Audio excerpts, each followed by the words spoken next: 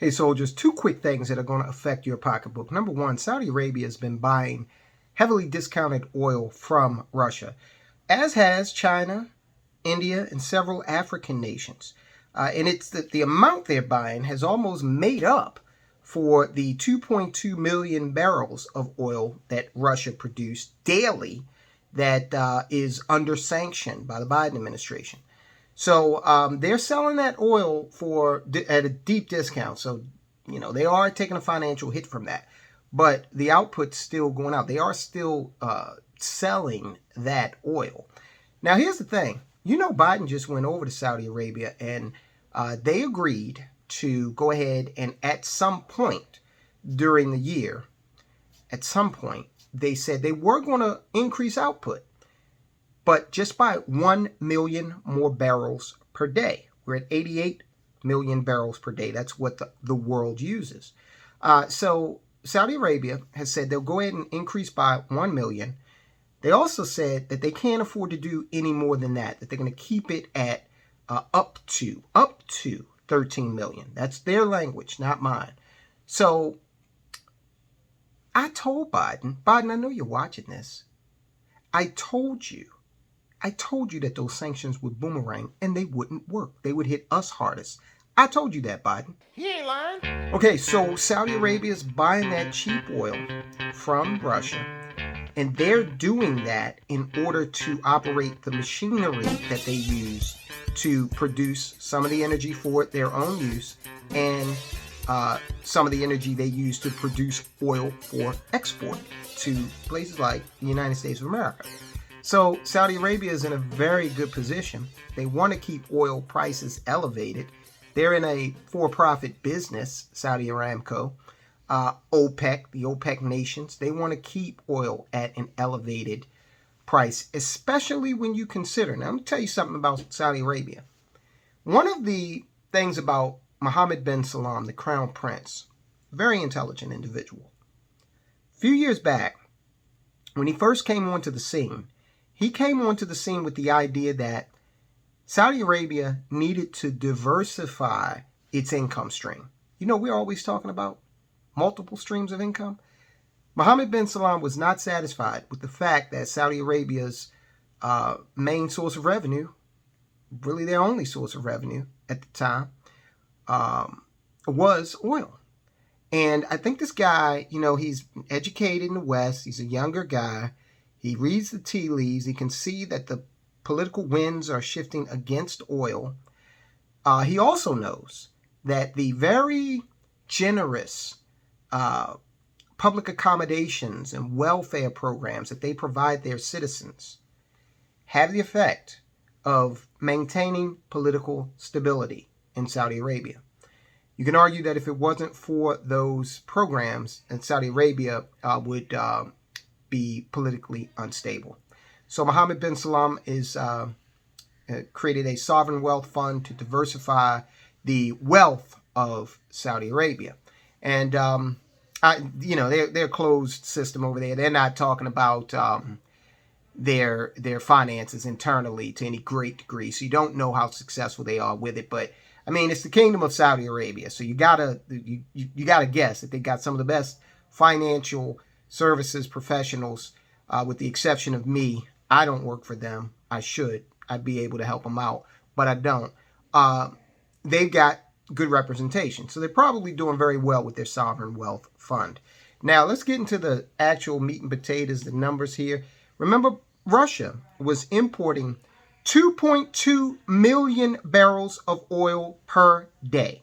Okay, that's what they were producing, putting out on the world stage. America and the Western allies have come in and they have embargoed that. Okay, so let's get into the meat and potatoes of this. India has been purchasing almost 1 million barrels per day from Russia. They are in a position where they're picking up like almost half the slack. The second biggest economy, which of course is China, purchased 8.4 million tons of oil from Russia in June. And then we have the story we told you about earlier where South Africa is going to be needing some more oil because their refining capacity is offline. So they are consuming about 640,000 barrels per day. All right, so then we have Saudi Arabia. They're soaking up some of it as well. So volume-wise, Russia is not missing a beat. Of course, again, they are selling it at a discount. So don't get comfortable with these oil prices, with the prices at the pump. They are going to remain elevated, and you can see why. Because net, we're going to have less capacity out there because Saudi Arabia is only willing to put up another million barrels at the most. I don't think they're going to open the taps and just flood the market with 1 million barrels additional. They'll probably do it in drips and drabs. So we've got embargoed oil being sold and consumed heavily at deep discounts from other nations. And here we sit in California with still prices somewhere around $7, diesel around $8. And remember, a lot of freight comes out of California. So to the extent those big rigs have to fill up and they have to drive out of California all across the nation, that price is being passed on to you. Remember, California has a large portion of farmland and produces a lot of produce, almost half of the produce in the country. So to the extent that produce has to come out, again, we're stuck with the freight fuel rates and the farming equipment to get it harvested, okay, planted and harvested and maintained. So prices are going to remain high. Make sure you understand that when you are shopping for food, stock up. Make sure you are probably better off shopping at a wholesale club or locally. Why local? Because you want to cut off as much of that travel distance and time as possible. Because if you can take 75% of the transportation out of it by buying local, then of course you should be saving on transportation costs. And that might be a discussion you need to have with your greengrocer in your local area. Now, they may have elevated prices due to the fact that they're organic farming it or something like that, but you got to talk to them. Usually buying local is a good bet on many levels. Now, the last thing I want to talk to you about today is inflation. Just want to go over very quickly. I'm always talking about the way inflation is calculated. I just want to give you a quick insight into how the Fed changed its inflation calculation and what that has basically done to tremendously reduce the number that is reported. Now, of course, we just came off of 9.1%, 11.3% wholesale inflation in June. So that number's in double digits.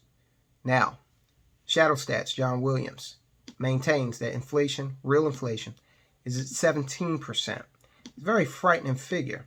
But why does he say that? He says that because back in the day, when people used to say things like, I remember when gasoline was $1 a gallon.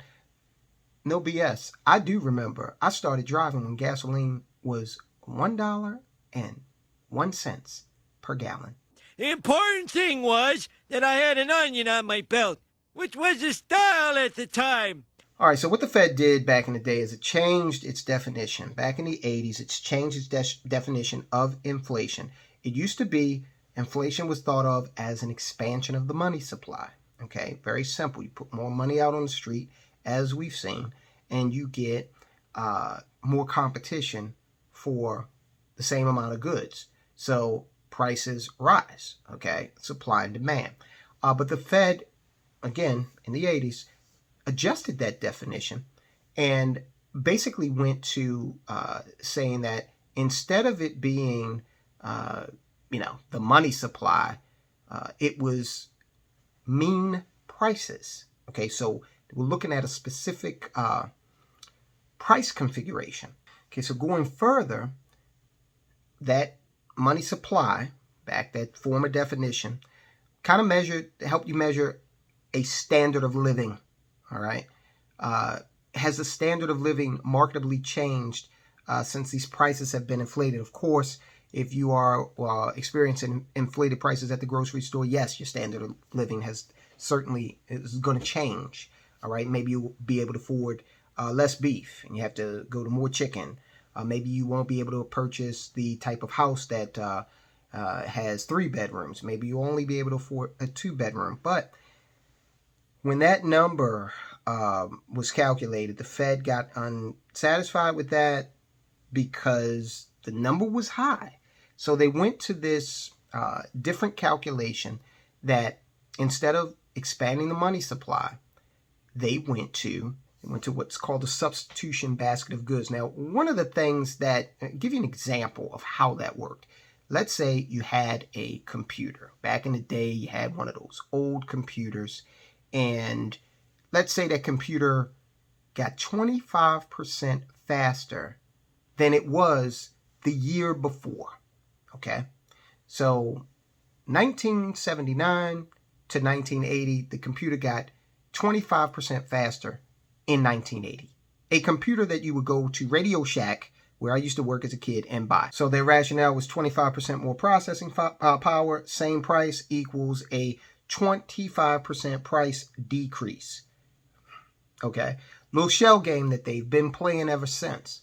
So this is the kind of games they play with that headline CPI number that is published on a monthly basis, the one that resulted in the 9.1% figure, which is high. But if you go back and measure the numbers based on money supply, you're going to get money supply and standard of living, you're going to get 17%. So either way, I prefer to look at the higher number simply because that informs me what my assets, how my assets have to perform in order to beat true inflation. Okay, and if you're at 10% because you believe inflation is at 9.1%, but in actuality it's 17%, then you're way behind the eight ball on the performance of your assets. So what is the one asset that can actually get up in that range and perform in that manner, returning between 15 and 25% annually? It's a well-managed business in a competitive field, okay? Small businesses, they have the capability to do that. So says the Small Business Administration, all right? And I can attest to that personally. Small businesses usually have the advantage of being able to grow very fast. That is one of the many advantages that they have. Now, you might say, well, why isn't the big companies like Microsoft, why don't they grow at that clip? Because they're already established, they're mature, and they're not really swinging for the fences. They are in a position where many of these companies are paying a dividend, and they're just returning solid growth. Now, the smaller companies that are on the stock market, those companies typically are burning hot. If they can get a foothold, they can take off. But one day, they'll become an established company, and they too will start to have returns commensurate with a larger organization.